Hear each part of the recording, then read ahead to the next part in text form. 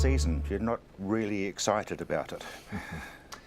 It's been a season that I think people would prefer to forget in the industry, and I think that covers all sectors, from growers right through to exporters. You know, you've got your obviously growers, merchants, brokers, exporters, and I think I've mentioned before, but it's interesting probably to recap what's actually happened. The value, if you look at the strong wool indicator, which measures probably 60 to 70% of our clip, it's probably retraced something in the order of $1.50 to $2 New Zealand cents a kilo over last season, which is a lot. And I think it took everybody by surprise, and the biggest surprise was the speed of it. And the reasons are really, there's two main reasons. The biggest one is that China's taking 20% less of New Zealand wool, and that wool really had nowhere to go. And I think we've discussed the reasons for it. There's been a swing to finer wools, like the merino and fine half-bred sector's doing very well. They've had a very good year. They want something softer and prepared to pay for it, basically. And a lot of the coarser type wools that were going in to make these fabrics that they were using in the past, they basically don't want them anymore. So there's in China, there's stocks of fabric, stocks of wool, and given the way the market works, it invariably all comes back in time to the physical market here. It took a while, but it certainly did. And so last season was a very difficult season because we had the market basically going down for 12 months. All it did was basically go down.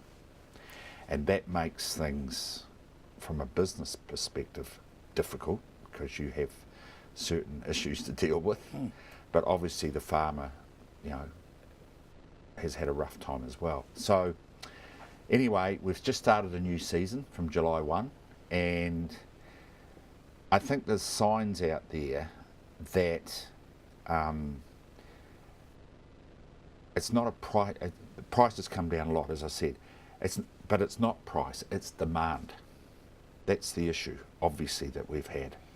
And you can see now that New Zealand wool is very competitive now with its main competitor, really, if you're talking the carpet, floor covering, upholstery sector, which is UK wool, where we've come right back. In fact, and sometimes we're actually underneath them. Now, our feedback from the European customers is that they're more than happy with the price level, and what I suspect is happening, and what they're actually saying to us as well, is that they're starting to reblend with more New Zealand content in their yarns, in their collections, etc., etc. That will impact. That's a good impact, though. That's a good impact, but it doesn't happen like that. It'll happen, I suspect, in 5 or 6 months' time. We'll be looking at a wee bit of a different scenario. What we want is stability and the market to come off these levels where it is now, because if that happens, it breeds confidence, and then you'll get more people coming back and entering the market again. Is there a wool mountain? I mean, have we got this huge amount of wool that nobody wants? I wouldn't say mountain, but obviously we've had passings, quite high passings at times throughout last season, and that wool, a lot of that wool remains in the country. Mountain, I would say maybe around 20% of the actual total volume of the clip remains in New Zealand as we speak. And some of that wool is actually, a lot of the growers and people in the industry have said, we'll hang on to it. As the market last season, we'll hang on to it.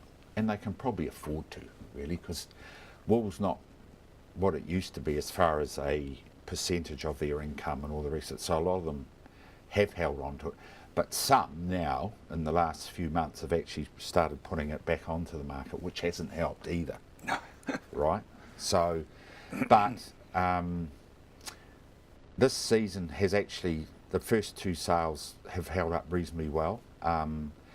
So, yeah, it's a bit of a difficult one, but you can't help but feel that we're getting to the levels now where we can actually recover. And just before you go, I said two factors, didn't I? And the other factor is, of course, that the impact of man-made fibres has been huge on wool and continues to be so. You know, you can talk about the Australasian carpet market, just Australia, New Zealand. You don't have to go back too far to see that wool, as such, had probably a 70 to 75% market share in floor coverings and whatever. Now, over the last 10 to 15 years, that's gone back to probably, like, I would suspect around 20%. And that's had a big impact. Man-made fibres, you know, your nylon, polypropylene, polyesters has had a big effect on wool. So those two factors, if you intertwine them, have certainly meant that the man-made fibre ones has been ongoing for some time, obviously, but the impact of the Chinese thing has just, caused what we've seen. Do you think farmers would drop a type of sheep and chase what is selling? Well, you know, obviously a lot of them would go fine, you know, if they could, they'd go finer to take advantage, but that doesn't happen overnight with a breed. The reality is that a lot of merino sheep do not survive on lower land country. I mean, feet problems, water, moisture, and all the rest. They're hill country. They're hill country.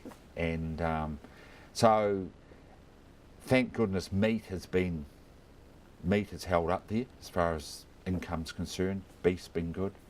Other income streams outside wool have been okay for them, thank goodness. So my advice would be to stick with it. It's cyclical. Everything in farming is cyclical. Yeah, and not too long ago, it was exactly the opposite situation. Fine wool was having problems, and actually we were looking at $6 to $7 clean per kilo for the very types of wool I'm talking about. That wasn't too long ago. So there's swings and roundabouts, but this is going to take a while to actually come right, or come off these levels again. But my suggestion was stay in there, stick in there. We've seen it before, and we're on our front foot. You got to be on the front foot.